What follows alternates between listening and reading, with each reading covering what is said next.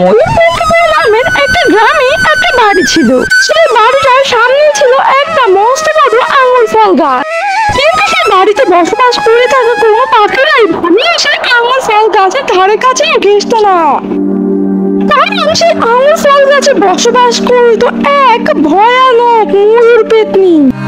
সেই পাখিটা প্রতিদিন মধ্যরাতে উঠে করুণ কণ্ঠে গান গাইতো।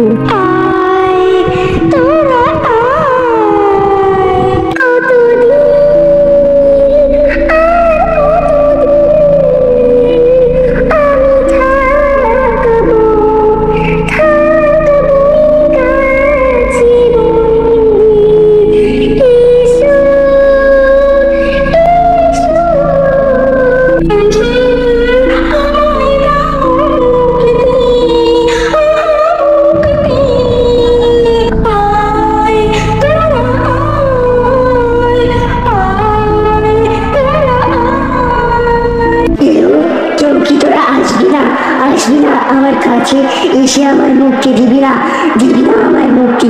কাউকে ছাড়বো না, কাউকে না, মেরে ফেলবো, সবাইকে মেরে ফেলবো যদি আমাকে কেউ মুক্তি না দাও। মুক্তি দে আমায়, মুক্তি। এইভাবে ময়ূরপেটনি তখন জোরে জোরে কান্না করতে থাকে।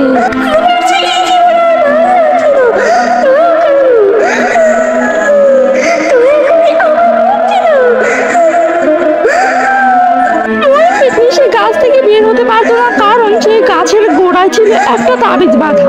তাবিজটা কিনা ময়ূরপেটনিকে সেই গাছ থেকে বের হতে বাধা দিত।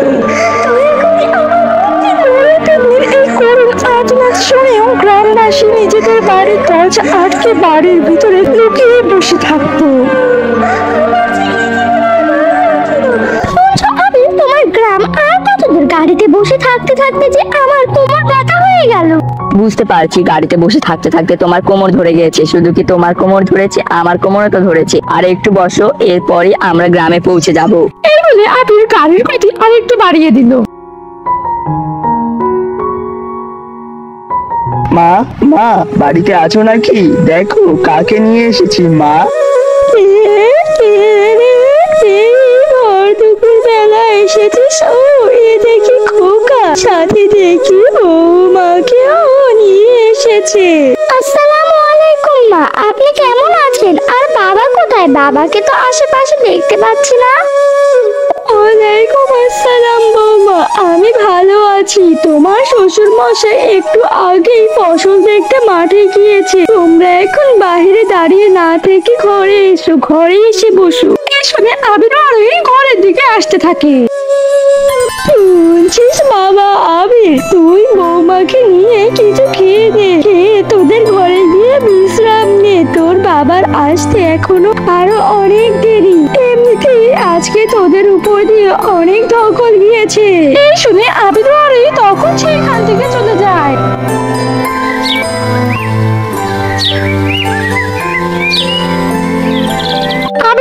কিছু খাওয়ার পর তাদের ঘরে গিয়ে ঘুমিয়ে পড়েছিল। আর বেশ কিছুক্ষণ পর তাদের দুজনের মধ্যে আরোহীর ঘুম ভেঙে যায়। ঘুম ভাঙতে আরোহীর নজর গেল জানালার বাইরে থাকা সেই মস্ত বড় আঙুর ফল গাছের দিকে। আরোহী সেই গাছটিকে দেখে বেশ আশ্চর্য হলো, কারণ তখন আঙুর ফলের মৌসুম ছিল না। তারপরেও গাছটিতে গাছ ভরা আঙুর ফল। আবির, আহা উঠো না, উঠো, দেখো কি আশ্চর্য কাণ্ড।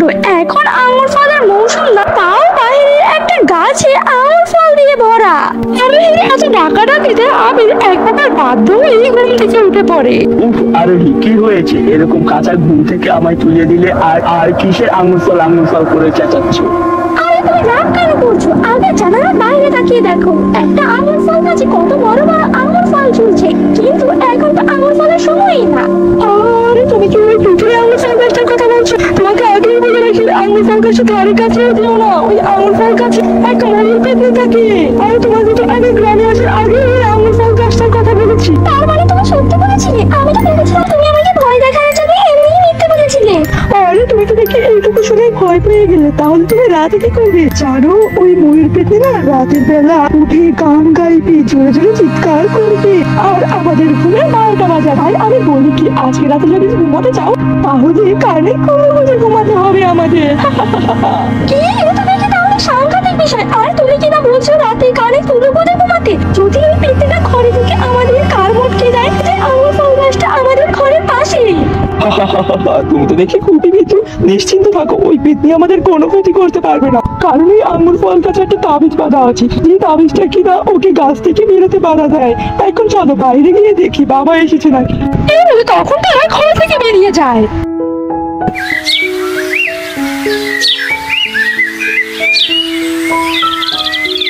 আর এরপর দেখতে দেখতে দিন পেরিয়ে রাত হয়ে গেল।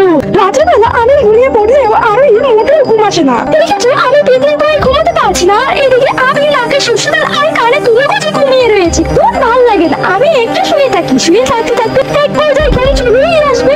এইভাবে আরো এবার শুয়ে পড়ে।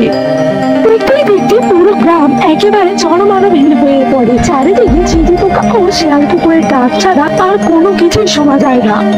এমন নীরব নিস্তব্ধ পরিবেশের মধ্যে সেই আঙুর ফল গাছের দিন নিয়ে প্রতিদিনের মতো আজকেও গান গাইতে থাকে।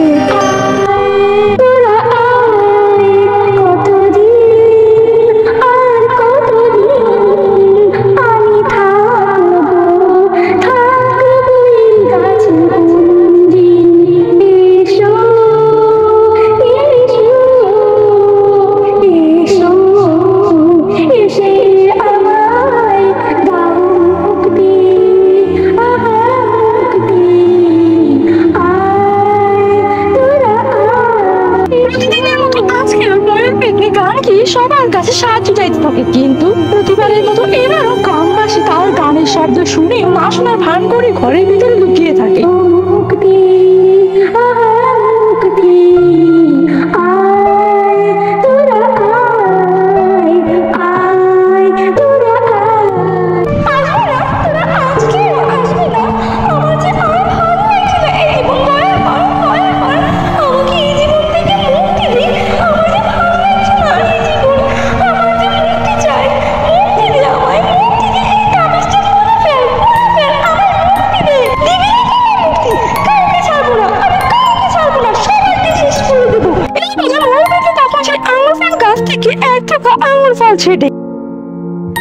আর এরপর পেতনি আঙুর ফলগুলোকে গাছ থেকে ছুঁড়ে ফেলে দেয়, কিন্তু ওই আঙুর ফলগুলো মাটিতে পড়তেই অদৃশ্য হয়ে যায়। যা দেখে ময়ূর পেতনি জোরে জোরে কাঁদতে থাকে।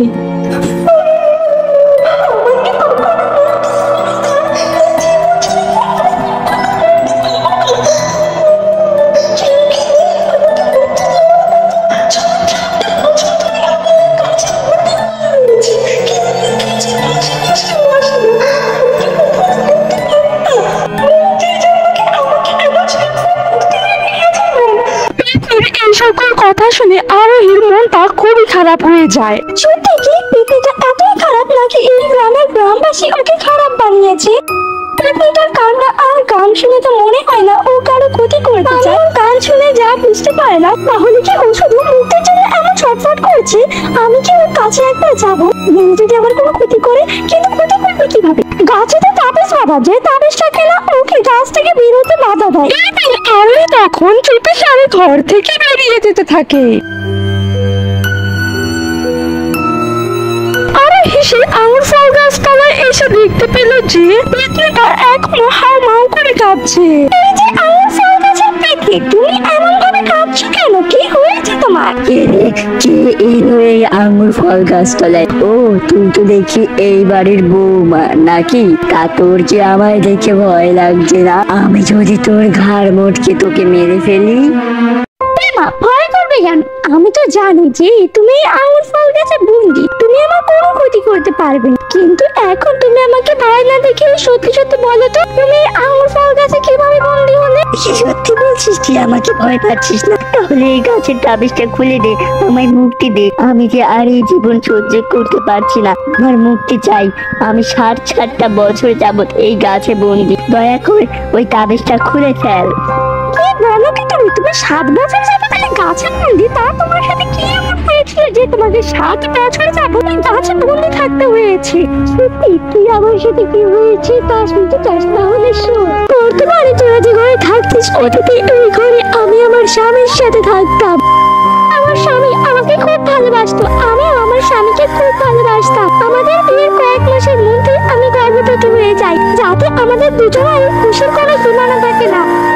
কিন্তু আমাদের আমাদের এই খুশির উপর নজর লেগে গেল আমার স্বামীর সৎ ভাইয়ের, কারণ তার স্ত্রী কমলাও ছিল গর্ভবতী। তারা চাইছিল যে সমস্ত সম্পত্তি তাদের অনাগত সন্তান পাক, কিন্তু আমার স্বামী থাকার কারণে এটা হচ্ছিল না। তাই তখন তারা একজন চক্রান্ত করে আমার স্বামী আমাকে আমাদের বাড়িতেই মেরে ফেলে। মৃত্যুর পরে আমার স্বামীর আত্মা মুক্তি পেয়ে গেলেও আমার আত্মা মুক্তি পায় না। আমার অনাগত সন্তানের মৃত্যুর প্রতিশোধের জন্য আমার আত্মা হয়ে যায় এক ভয়ানক পেতনি। কিন্তু ওরা কোনোভাবে এই খবর পেয়ে গেল, আর তখন ওরা এক যোগিনী পাখিকে ডাকে। এই যোগিনী পাখি তখন নিজের তন্ত্রবিদ্যার সাহায্যে আমাকে সেইখানে ডেকে নিয়ে আসে, আর আমার কোনো কথা না শুনে আমাকে এই আঙুর ফল গাছে বন্দি করে দেয়। তারপর ওই যোগিনী পাখি এই গাছে একটা তাবিজ বেঁধে যায়, যাতে আমার আত্মা কখনোই এই গাছ থেকে না বের হতে পারে। আর সেই থেকে আজ পর্যন্ত আমি এই গাছে বন্দি রয়েছি। আমি এই মূর্খ গ্রামবাসীদের কাছ থেকে কত সাহায্য চেয়েছি, কিন্তু কেউ আমার একটা কথাও শোনে না। উল্টো ওরা আমাকে ভয় পেয়ে এই গাছের আশেপাশে আসাটাও বন্ধ করে দিয়েছে। তার মানে তুমি এখন এই আঙুর ফল গাছ থেকে মুক্তি পেয়ে তোমার দাদুরা চায়ের কাছ থেকে প্রতিশোধ নিতে চাইছো? প্রতিশোধ? আমি কার কাছ থেকে প্রতিশোধ নেব? প্রতিশোধ নেওয়ার জন্য তো ওদের বেঁচে থাকা দরকার। ওই যে কথায় আছে না, যেমন কর্ম তেমন ফল, ঠিক ওরাও ওদের কর্মের ফল পেয়ে গেছে। আমার আত্মাকে আঙুর ফল গাছে বন্দি করার পরে আমাদের এই ঘর বাড়ি বিক্রি করে ওরা শহরে চলে যায়। কিন্তু শহরে যাওয়ার পরে এক ভয়ানক রোড অ্যাক্সিডেন্টে ওরা মারা যায়। আমার তো সেই কবেই মুক্তি পেয়ে যেত, কিন্তু ওই যোগিনী পাখি আমাকে এই গাছে বন্দি করে দেওয়ার কারণে আমার আত্মা মুক্তির জন্য ছটফট করছে। তুমি এখন আর সময় নষ্ট করো না, আমাকে তাড়াতাড়ি মুক্তি দাও। শুনে আরোহী আর এক মুহূর্ত দেরি না করে সেই তাবিজটা খুলে ফেললো। তাবিজটা খুলতেই আরোহী দেখতে পেল পেতনি তার দিকে তাকিয়ে হাসি মুখে হাওয়ায় মিলিয়ে গেল।